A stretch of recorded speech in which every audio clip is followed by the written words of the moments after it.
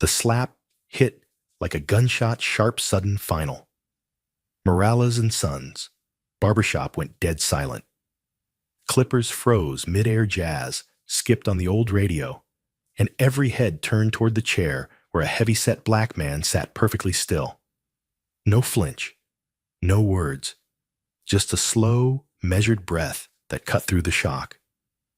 Across from him stood 19-year-old Tyler Briggs, laughter spilling from his mouth like gasoline on fire. "What can't take a joke?" he sneered. If you've ever wondered what real strength looks like, what happens when pride meets patience, keep watching. Because what unfolded in that Harlem barbershop on 125th Street would turn mockery into a lesson that echoed far beyond its walls. Hector Morales, the barber, had seen fights before arguments over lineups, trash talk, even blood. But nothing like this. He'd been cutting hair longer than these kids had been alive. His only rule, respect the chair. But the moment Tyler and his crew swaggered in that rule, was gone. Kenny and Dre followed behind phones raised already streaming. The smell of pomade and arrogance filled the air. Malcolm Tate sat quiet in the chair, broad-shouldered and calm, reading a worn Sports Illustrated. His eyes didn't rise until Tyler's shadow fell over him. "Yo, big man," Tyler said, circling. "That chair holding up okay? Looks like it's working overtime." His friends laughed too loudly. No one else joined. "Enough," Hector said sharply, but Tyler only smirked. He was performing now, feeding off attention. "Man, I'm just saying this dude's taking up all the space." Then, without warning, he raised his hand and slapped Malcolm across the face. The sound cracked through the shop like thunder. A boy near the door dropped his phone. Mr. Langston Cole, the 73-year-old regular reading his paper, froze mid-turn of a page. For a heartbeat, the world stopped moving. Then Malcolm slowly turned his head toward his reflection in the mirror and asked quietly, "You finished?" The words landed harder than the slap. Calm, deliberate, dangerous. Tyler blinked, thrown off balance. "Finished, man. I'm just getting started." Malcolm didn't move, didn't raise his voice. He just looked through Tyler, and something in that silence, something ancient, steady, unbreakable, made Tyler's grin falter. "What's your problem, huh?" Tyler snapped, his bravado cracking. "Say something." Hector stepped in. "That's enough, Tyler. You're done here." Tyler yanked the barber's cape tight around Malcolm's neck. "He ain't saying nothing. You scared old man Malcolm's tone never changed. Let go." Even Dre stopped filming. The air was thick, now charged seconds from breaking. Tyler hesitated just long enough for Hector to step between them. Out. Now. But Malcolm spoke before Tyler could leave.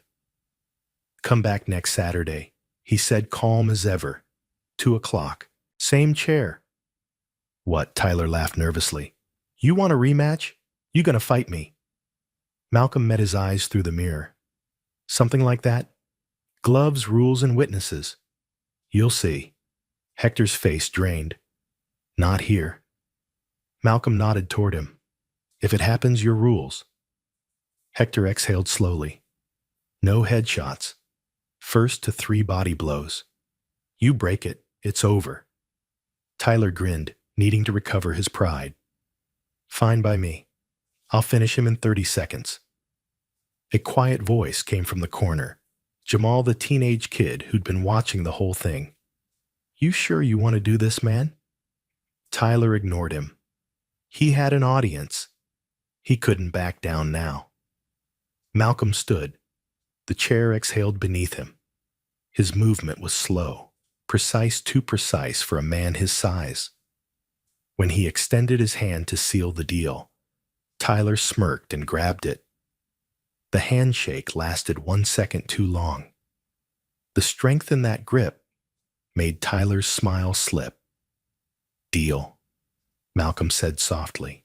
Tyler pulled his hand back, pretending it didn't shake. He laughed again too loud and walked toward the door with his friends. The bell jingled as it closed, and silence fell like dust. Hector stared at Malcolm.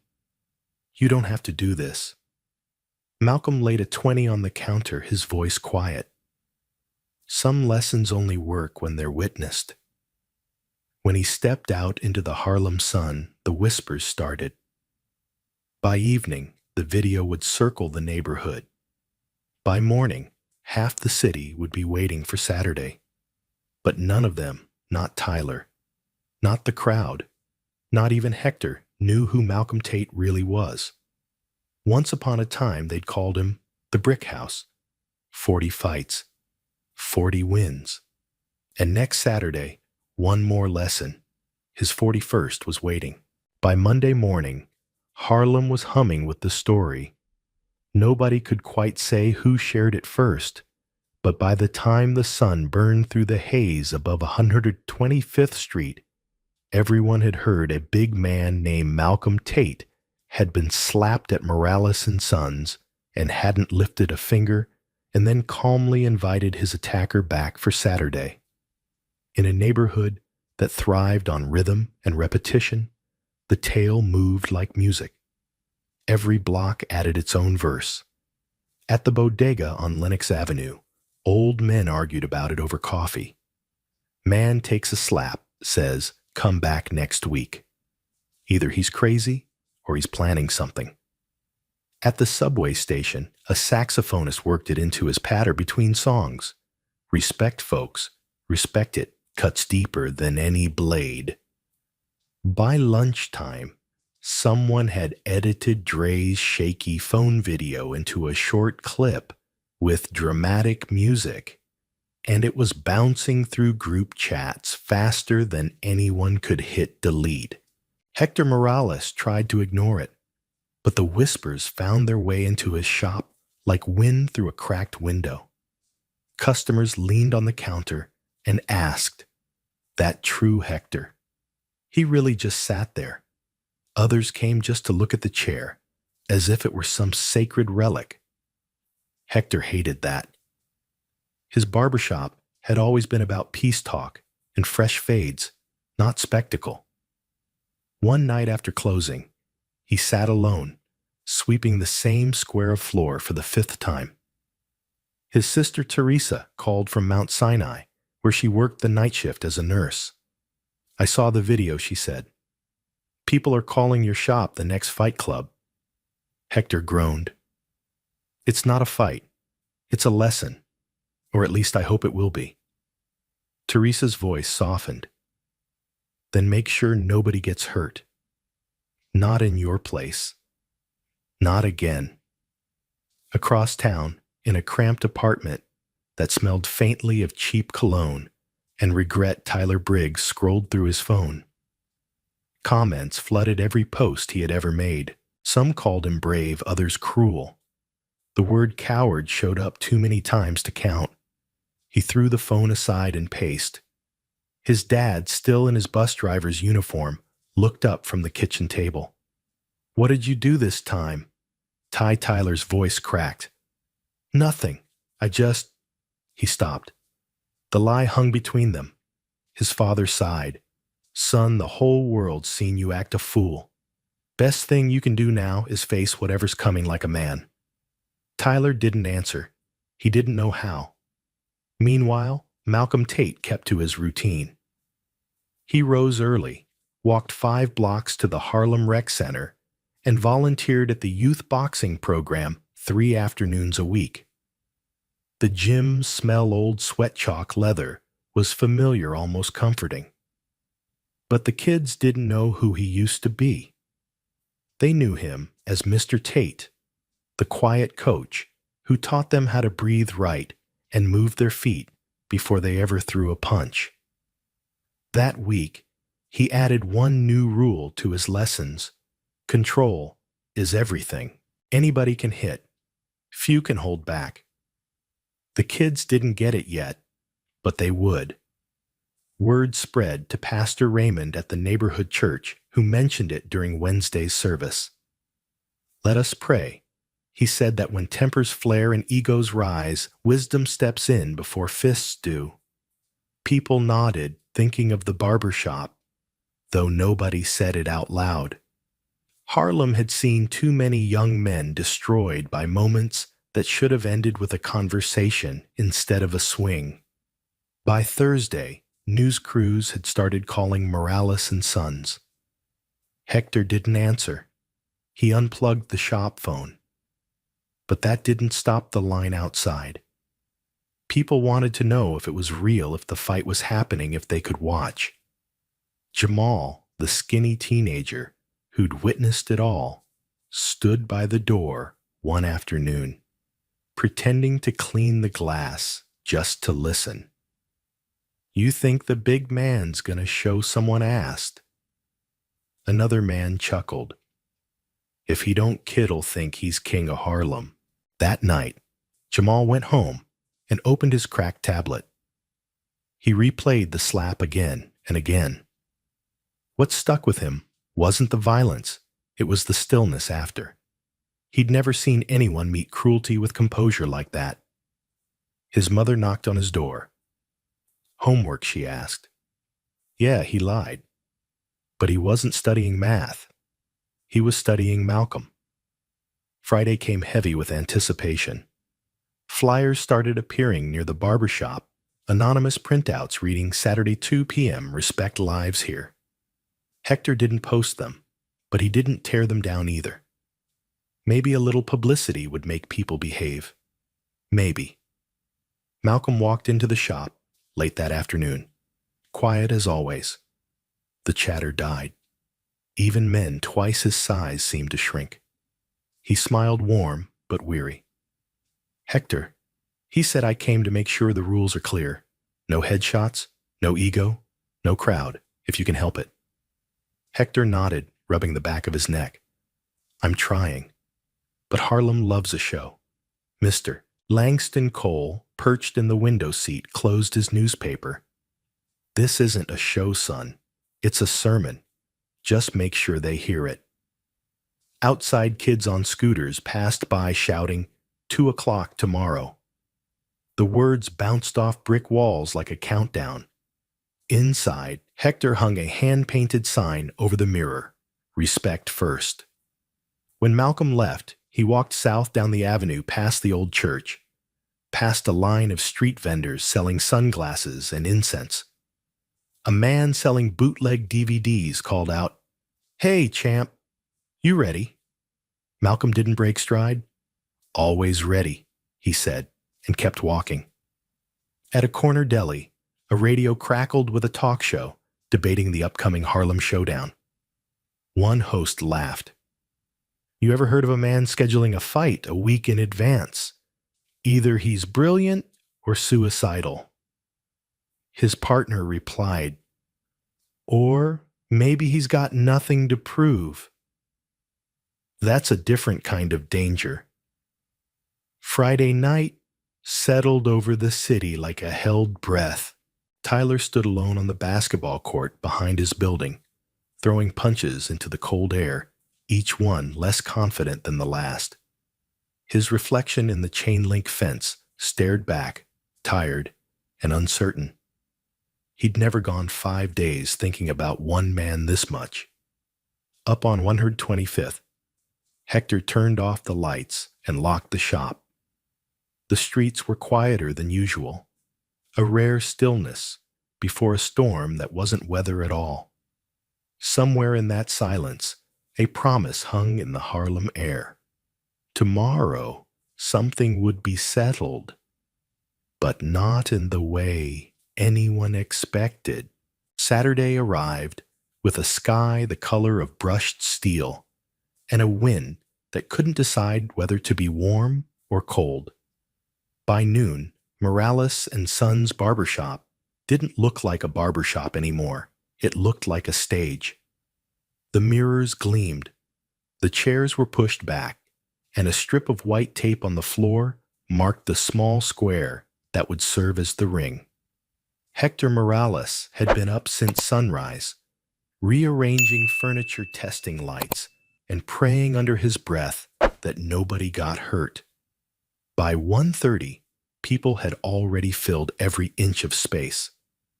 They leaned against walls, perched on window ledges, craned necks near the doorway. Outside, a small crowd pressed to the glass cell phones raised. Harlem loved its stories, and this one had rhythm. Every rumor, every retelling had led to this exact moment.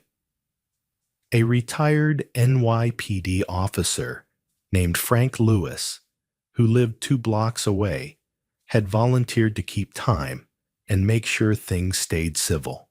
A first aid kit sat on the counter beside the cash register. Hector had taped another sign above it. No violence, only lessons. When Malcolm Tate walked in, the noise shifted. It wasn't applause, not yet, but it carried a strange kind of respect. He wore a plain black t-shirt, gray sweatpants, and the same quiet expression he'd worn all week. He nodded to Hector, then to Mr. Langston Cole in the window seat. Jamal stood near the back, clutching a phone, but too nervous to film. Tyler Briggs entered 10 minutes later with Kenny and Dre trailing behind him. He'd dressed for an audience, new sneakers, sleeveless hoodie jaw, tight as wire. His eyes darted from face to face, drinking in every look. If he was afraid, pride covered it well. Someone from the crowd called out, "You sure about this, young blood?" Tyler just grinned. "I was born ready." Hector stepped between them. "We're doing this clean," he said. "Headgear on, gloves only, no hits above the shoulders, no cheap shots. First to 3 clean body punches or first to quit. When I say stop, you stop. You both agree." Malcolm nodded once. Tyler smirked. "Sure, whatever."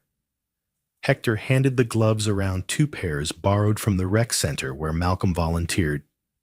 Tyler's fingers fumbled a little, his bravado thinning at the edges.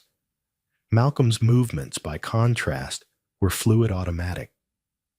The gloves fit him like something he'd worn for years. He pulled the straps tight, tested the grip, rolled his shoulders. Hector saw it, then the quiet confidence of a man who didn't need to prove anything. Frank Lewis raised his hand. "On my mark," he said, glancing between them. "Keep it clean." Phones went up a sea of tiny screens, catching the light. The buzz of the clippers was gone, replaced by a hum of anticipation. Even the jazz records in the back had been turned off. Harlem held its breath. Go.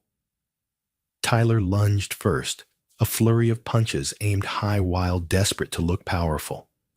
Malcolm barely moved. A shift here, a slide there.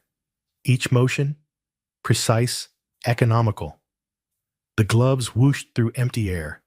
Tyler swung again, harder this time, landing nothing but frustration. "Come on, big man," Tyler barked. "Do something." Malcolm didn't answer. His breathing stayed slow, steady, the same rhythm he'd kept in the chair a week earlier. In through the nose, out through the mouth. Calm in chaos. The crowd began to notice. Whispers rose. "He hasn't even thrown a punch. He's playing with him. No, look, he's teaching him." 2 minutes and Tyler's shoulders started to drop. Sweat formed at his temples. He came in again, throwing a looping hook. Malcolm ducked under it without effort, pivoted left, and tapped Tyler's chest. Once, clean, quick, undeniable. 1 point. The crowd murmured approval. Tyler stumbled back, eyes wide. Lucky shot. Frank Lewis raised a finger. 1 for Tate.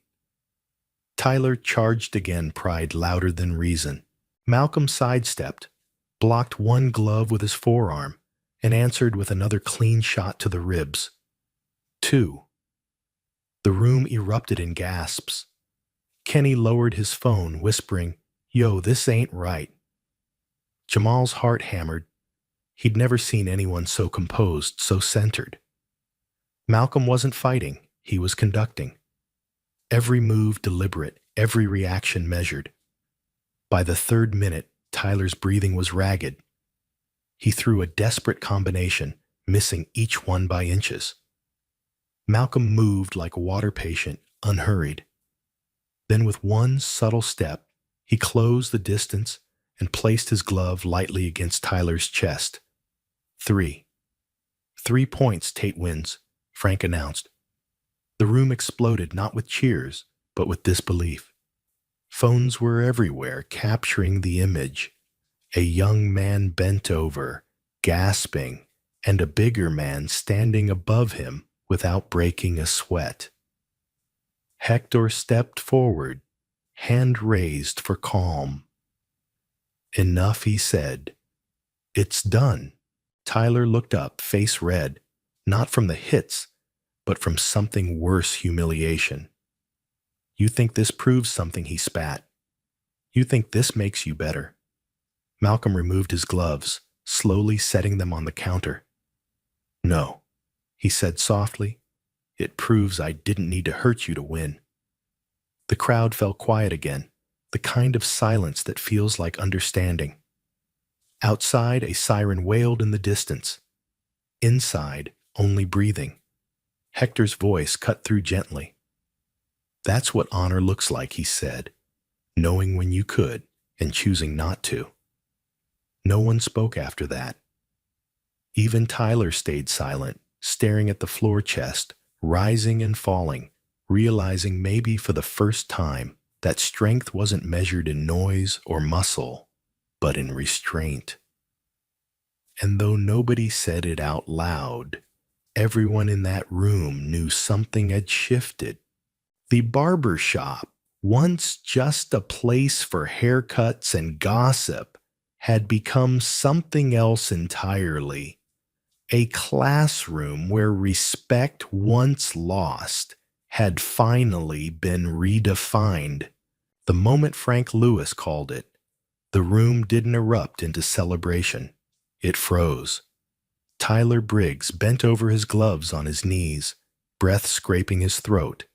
Sweat rolled down his face, but the chill under his skin wasn't from exhaustion anymore.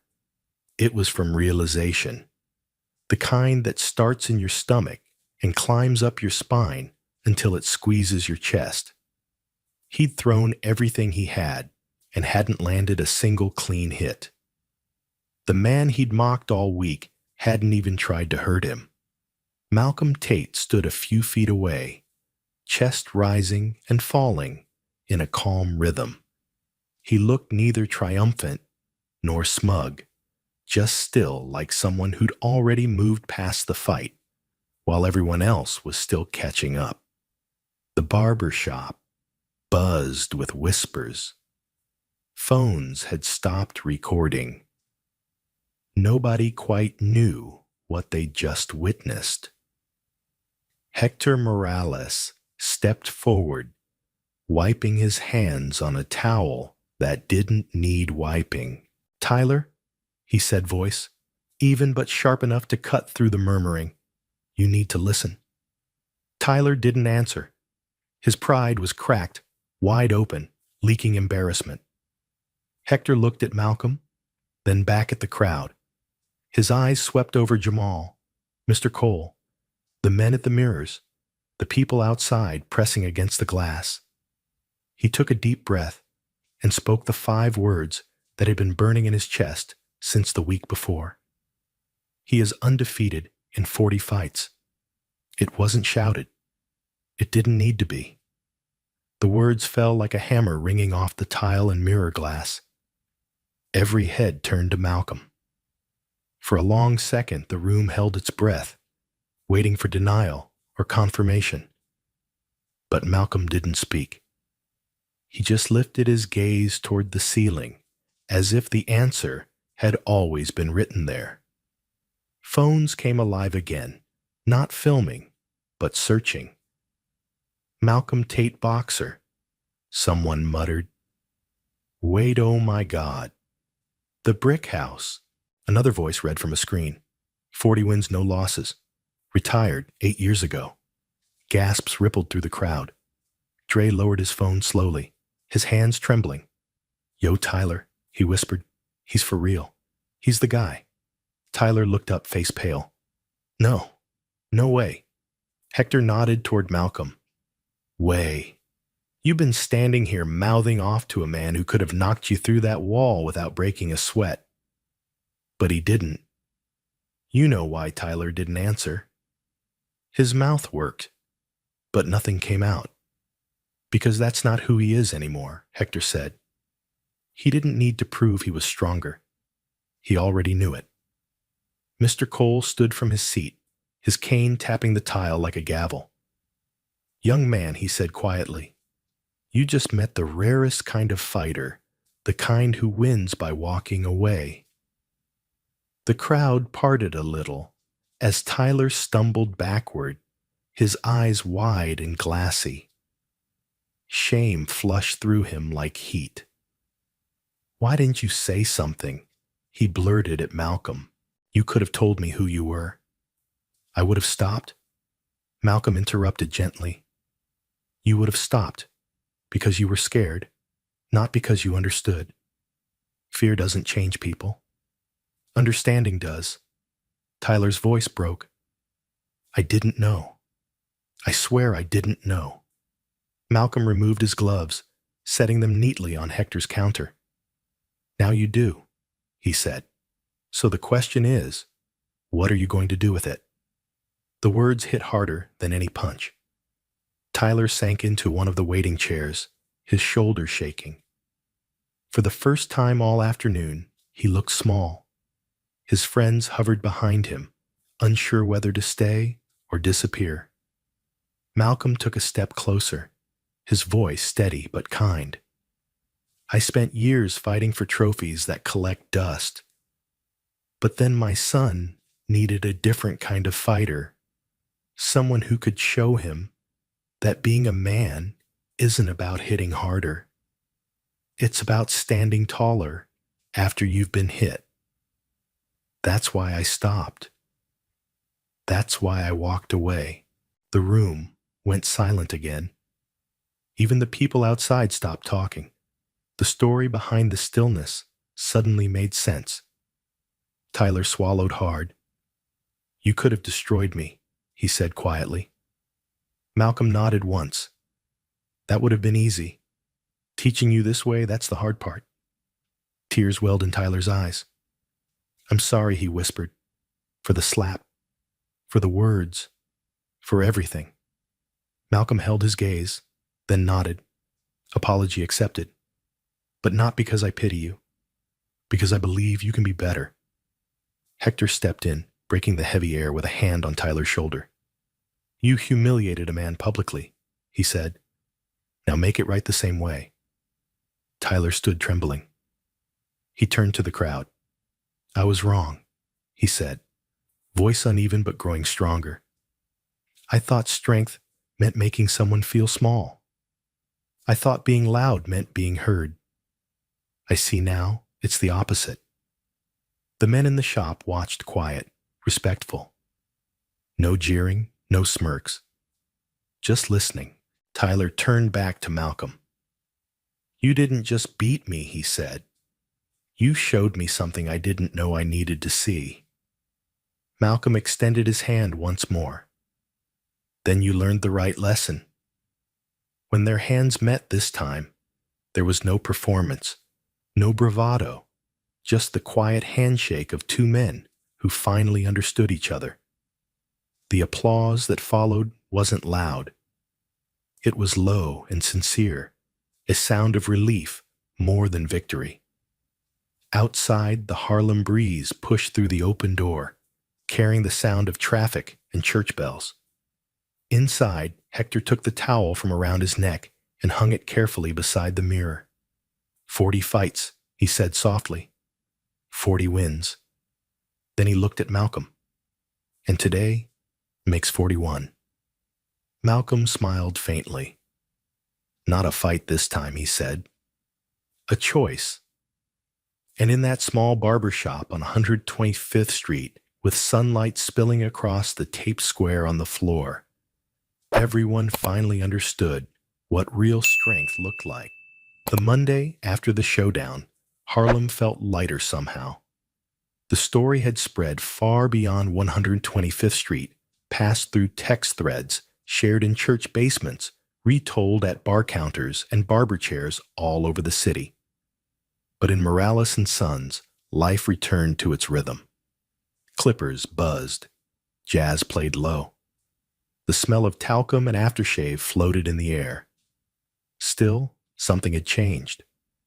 The men who used to joke too loud now spoke softer.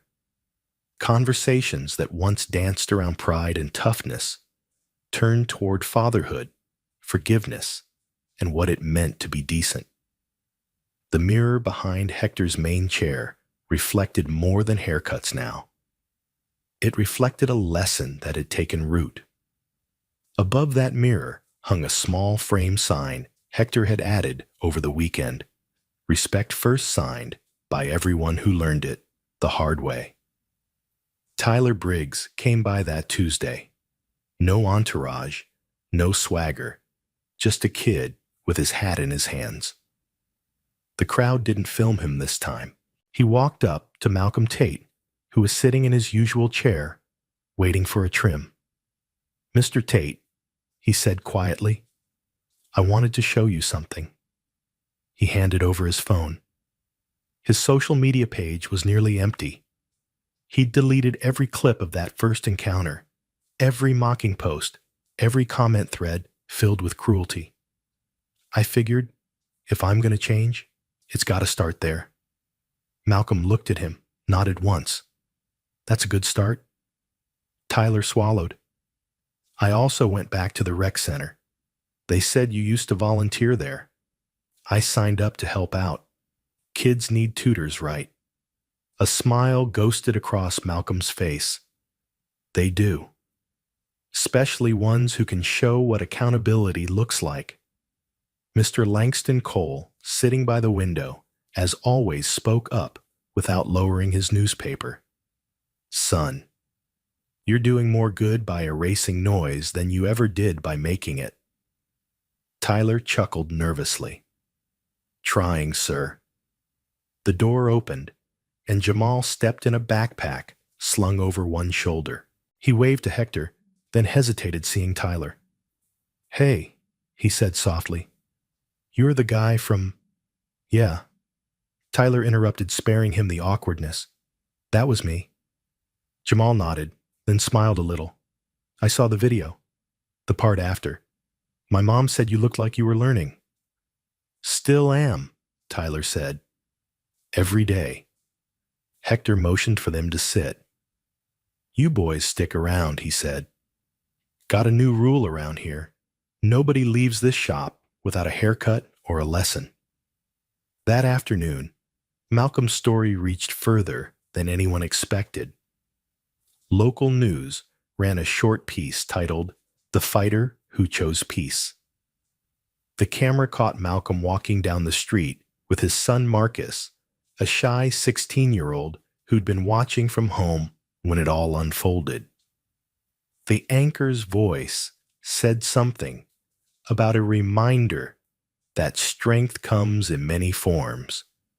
But the real moment happened off camera when Marcus looked up at his father and said, "I'm proud of you, Dad." Malcolm placed a hand on his shoulder. "I'm proud of you, too. You're the reason I learned to fight different." By the end of the week, Morales and Sons had become more than a barber shop. It was now a gathering place. A few folks from the neighborhood started a small program there on Sunday evenings, men and women sharing stories about bullying, fatherhood, forgiveness.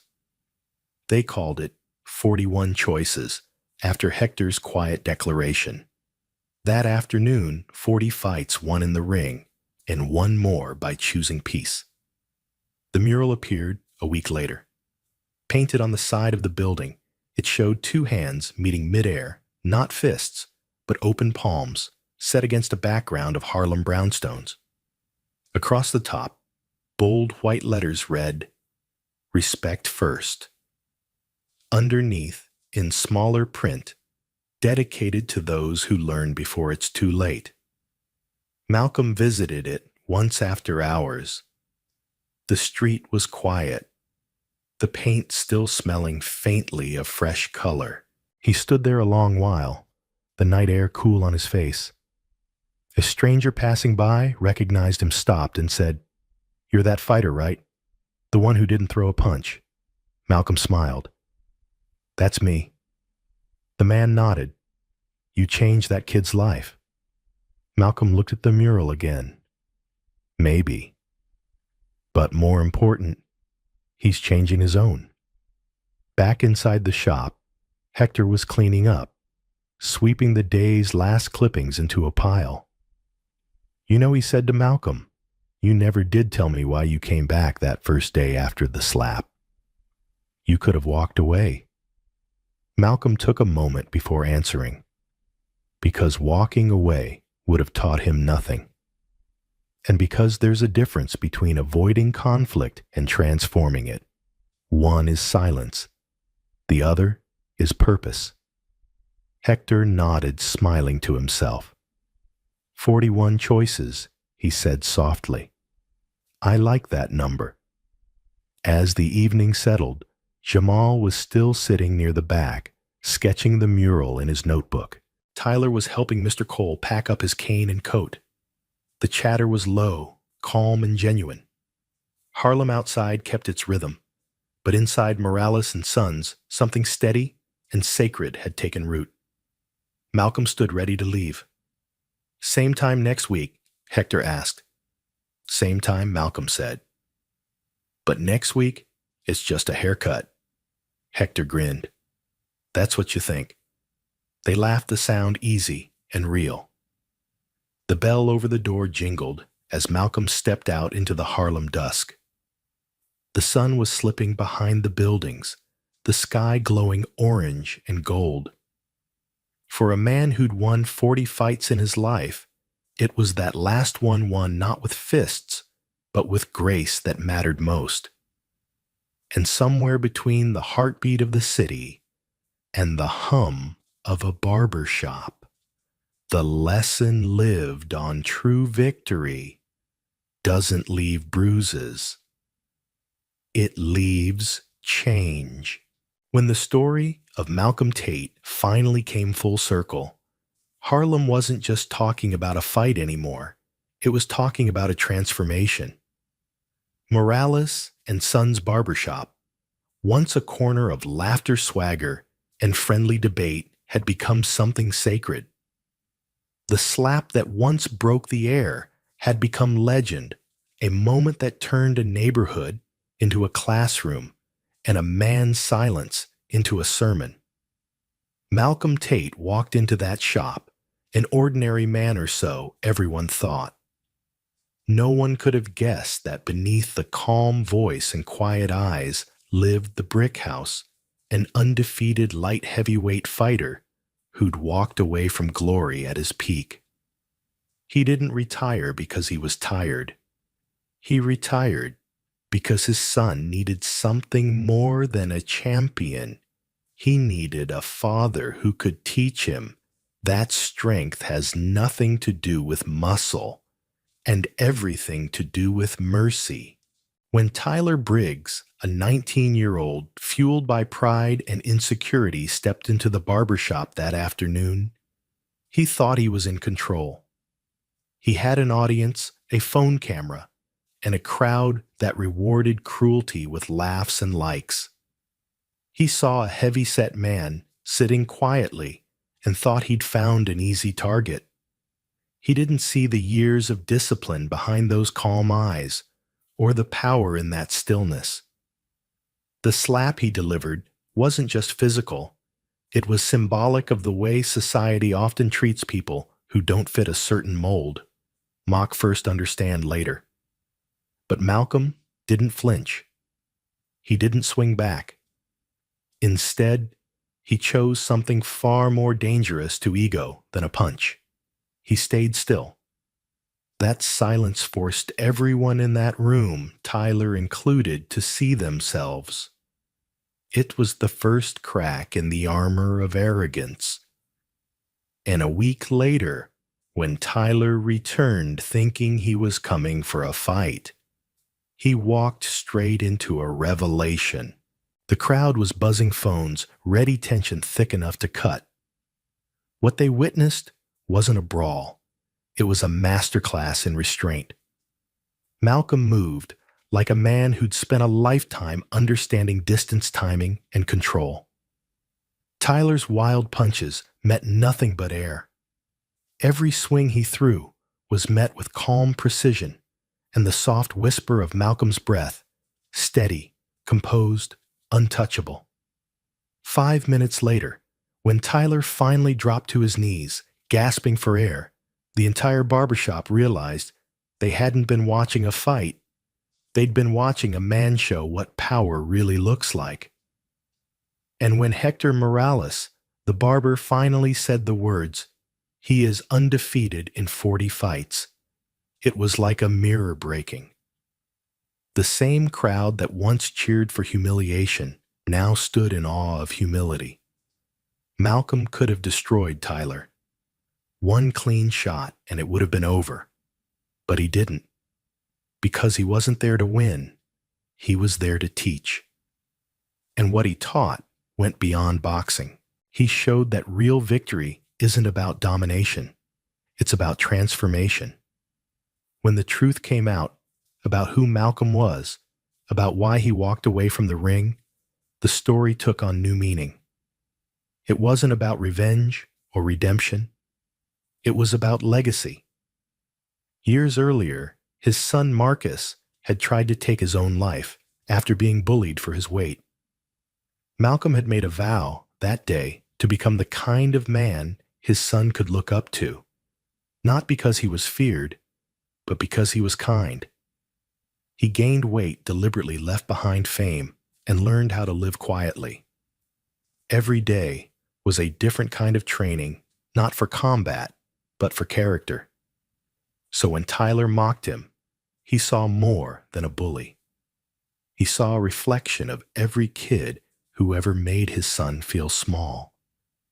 But instead of fighting back, he offered Tyler the same chance he once prayed someone would give to Marcus, a chance to see differently, to change.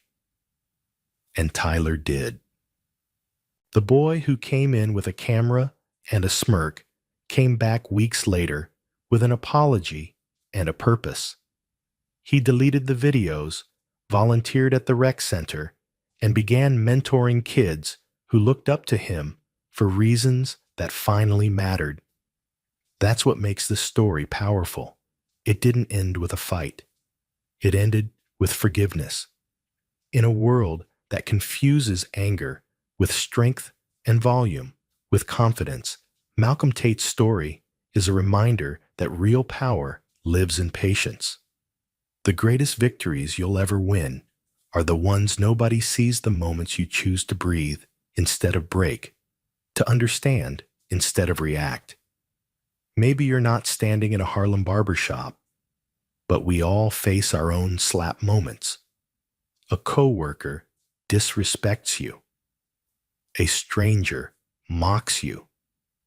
Someone tests your patience just to see you fall. And in those moments, you have a choice. You can fight to prove your worth, or you can show it through restraint. Because as Malcolm proved, anyone can throw a punch, but it takes a real fighter to walk away undefeated in peace. The lesson is timeless. True strength isn't measured by who you can overpower. It's measured by who you can uplift. The strongest people aren't those who never fall, but those who rise every time with grace. Malcolm's 41st victory was never in the record books. It didn't earn him a title belt or a payday. But it gave something more meaningful. It restored humanity in a world desperate for it. It reminded Harlem and anyone watching that respect should be the default. not the reward. And if this story touched you, if it made you pause, reflect, or remember your own strength, don't let it end here. Subscribe to this channel. Share this message. Support the stories that remind us what being human is really about. Because as Malcolm Tate proved, the greatest fight you'll ever win isn't against another person. It's against the part of yourself that forgets peace is always an option.